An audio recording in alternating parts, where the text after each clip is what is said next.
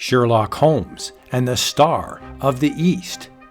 Mr. Holmes, our guest lecturer, is known to all of you, I trust. Will you begin, sir? Thank you. My lecture today will deal with the factor all of us must look for. That which is obviously true in a crime often is not.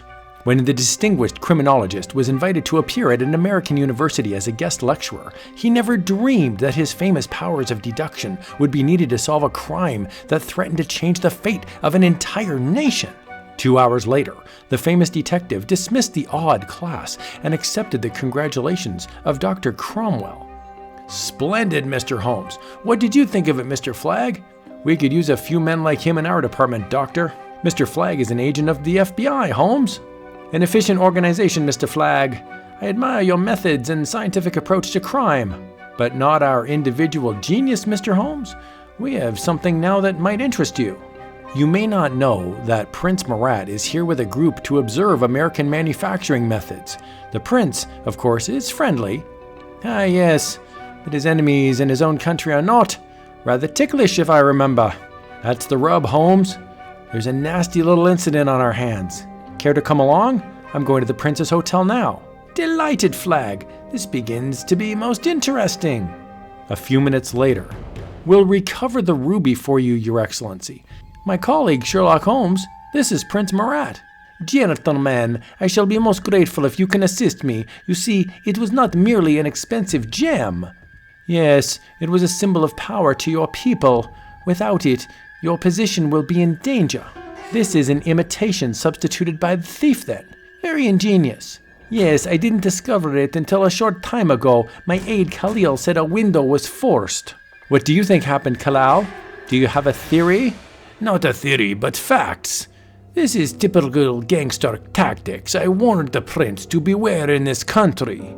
The Star of the East means much to my people. They will rise in wrath when we return without it.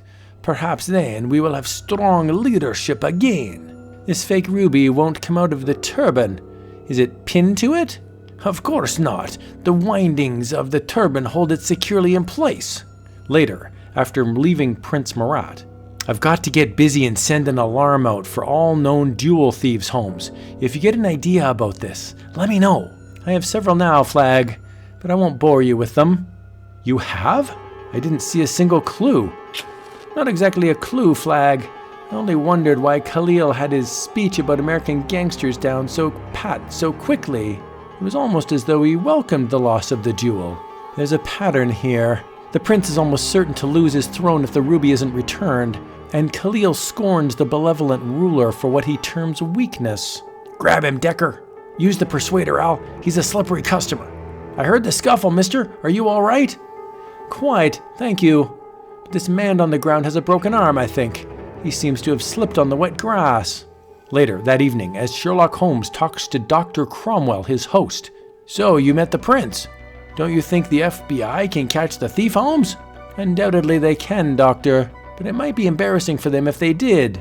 I think a walk in the vicinity of the Prince's Hotel would be interesting, Doctor. Care to join me? I certainly do. Lead the way. At the Prince's Hotel. There's the thief's supposed way of entry when the jewel was taken. You wait here, Doctor.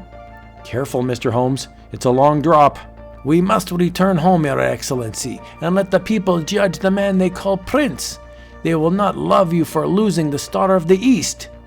You are dismissed, Khalil. While I still rule, you are banished. You are not a faithful subject, Khalil. Good night. You are doomed, Marat. No one can save you. I wouldn't be too certain of that, Khalil. Your little scheme is beginning to crack around the edges. Holmes, so you know. That knowledge is dangerous, Holmes. Very dangerous. Although unfamiliar in this country, I quickly learned that evil can be had for a price. You will be disposed of tonight. I doubt that, old boy. But call in your pack. Don't bungle this as the others did. Seize him. Don't try any rough stuff, Mac. You wouldn't want to get hurt.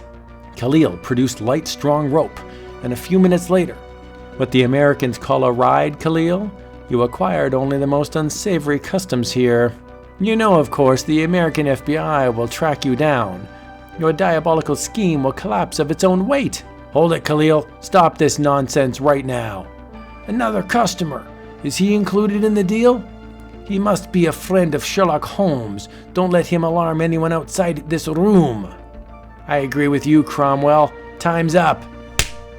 Be careful, you fool! Bungling idiots! I should have taken. You were the original bungler. Wonderful, Holmes. Take this gun, will you? You're doing fine, Doctor. I imagine someone heard the commotion we made. Sherlock Holmes was right as usual. Seconds later, house detectives took the hired thugs away. Khalil was left to face his prince. I found the ruby in Khalil's luggage, Mr. Holmes. Myself and my people owe you a great debt. Glad to be of service, old boy. By the way, the FBI will be interested in the gem's recovery. They'll want Khalil. His crime was against his country and his ruler. The people who have suffered will know how to punish him. I will take him back. Later that night, Cromwell was still puzzled as he talked to Holmes in his study. Dash it all, Holmes. I still don't know how you figured it out. Simple, Doctor. I suspected Khalil's two-pat denunciation of the gangster tactics. Then his hired thugs attacked me in the park. And the clincher was, the stolen ruby was removed from the turban and the fake substituted by someone who could retie it expertly. Only 2 men involved could do that, the prince and Khalil, which gave me Khalil as the thief.